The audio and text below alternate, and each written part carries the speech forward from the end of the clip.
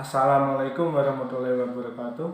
Perkenalkan, nama saya Rahmat Saprianto, NIM 6211420037 dari Rombol 3B, mata kuliah Pedagogi Olahraga pukul 9 pagi.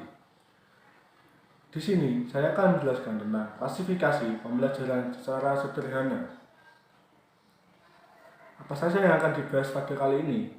Yang akan dibahas yaitu yang pertama, pengertian strategi pembelajaran secara sederhana. Yang kedua, dasar klasifikasi strategi pembelajaran secara sederhana. Yang ketiga, bentuk model pembelajaran secara sederhana. Yang pertama yaitu pengertian strategi pembelajaran secara sederhana. Pengertiannya yaitu model pembelajaran menurut Choi Kei dan Weil pada tahun 1986 adalah rangka konseptual yang melukiskan prosedur sistematis dalam mengorganisasikan pengalaman belajar untuk mencapai tujuan belajar tertentu dan berfungsi sebagai pedoman bagi para perancang pembelajaran dan para pengajar dalam merencanakan dan melaksanakan pembelajaran. Strategi pembelajaran tertutup. Pada strategi pembelajaran tertutup, semua komponen pembelajaran seperti penentuan tujuan, materi atau media atau sumber-sumber belajar serta prosedur atau langkah-langkah pembelajaran yang akan ditempuh di kelas semuanya telah dirancang atau dilakukan secara ketat oleh guru tanpa melibatkan siswa. Selanjutnya yaitu strategi pembelajaran terbuka.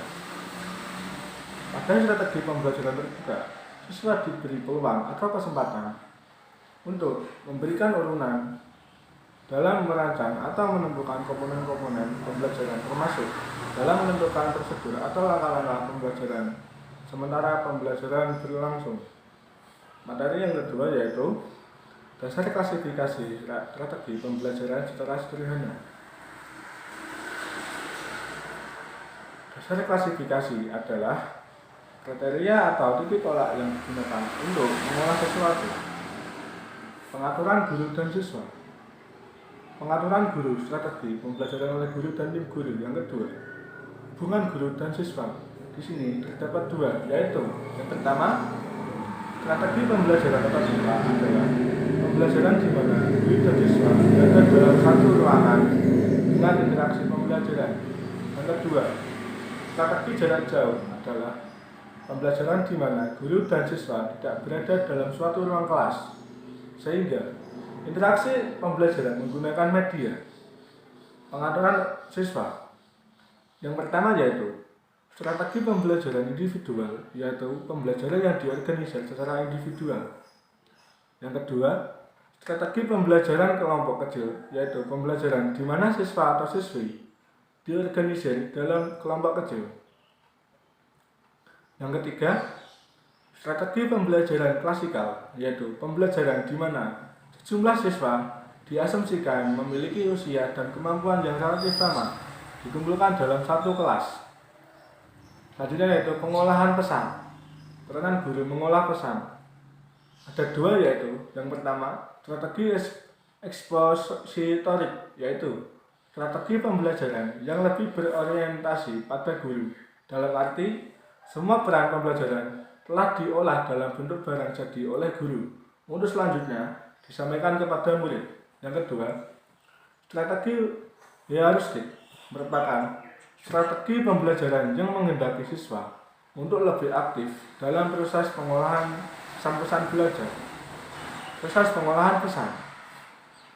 Strategi deduktif adalah strategi pembelajaran dengan proses pengolahan pesan yang berlangsung yang bersifat umum ke sifat khusus. Selanjutnya, strategi induksi adalah strategi pembelajaran dengan proses pengolahan pesan yang berlangsung yang bersifat khusus ke sifat umum.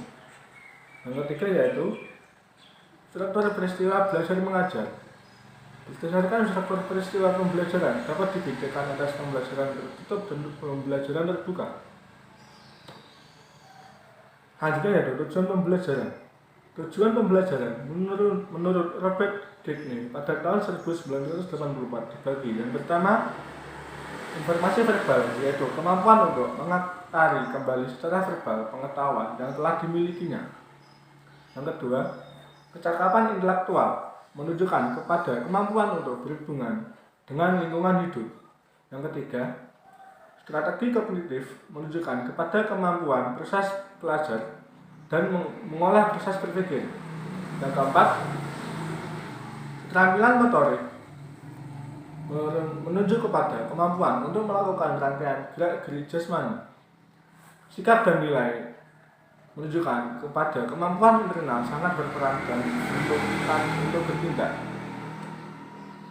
Yang ketiga yang kita bahas yaitu model pembelajaran. Model pembelajaran berdasarkan karakteristik setiap model pembelajaran. Joyce dan Well mengklasifikasikan model-model pembelajaran dan 4 rumpun model. Yang pertama yaitu rumpun model pengolahan informasi.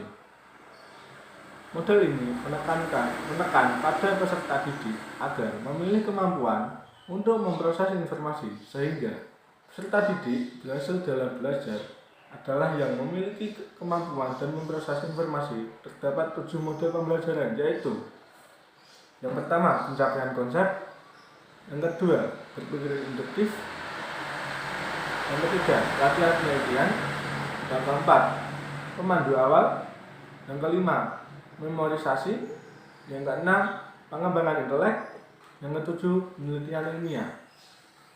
Yang kedua yaitu ada rumpun model personal. Model ini memutuskan pada pandangan perseorangan dan berusaha menggalakkan kemandirian dan produktif sehingga manusia menjadi semakin sadar. Terdapat 4 model pembelajaran yaitu pengajaran tanpa arahan, yang kedua model sinektik, kemudian ada latihan keradan, yang keempat ada pertemuan kelas. Selanjutnya ada model rumpun interaksi sosial. Model ini memuti pada pengembangan kemampuan kerja sama pada siswa. Terdapat 5 model pembelajaran yaitu yang pertama investigasi kelompok, yang kedua bermain peran, kemudian penelitian jurisprudensial, yang keempat penelitian laboratoris, yang kelima penelitian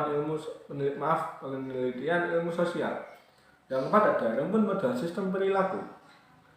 Model ini memutuskan perhatian pada perilaku yang terobservasi dan metode dan tugas yang diberikan dalam rangka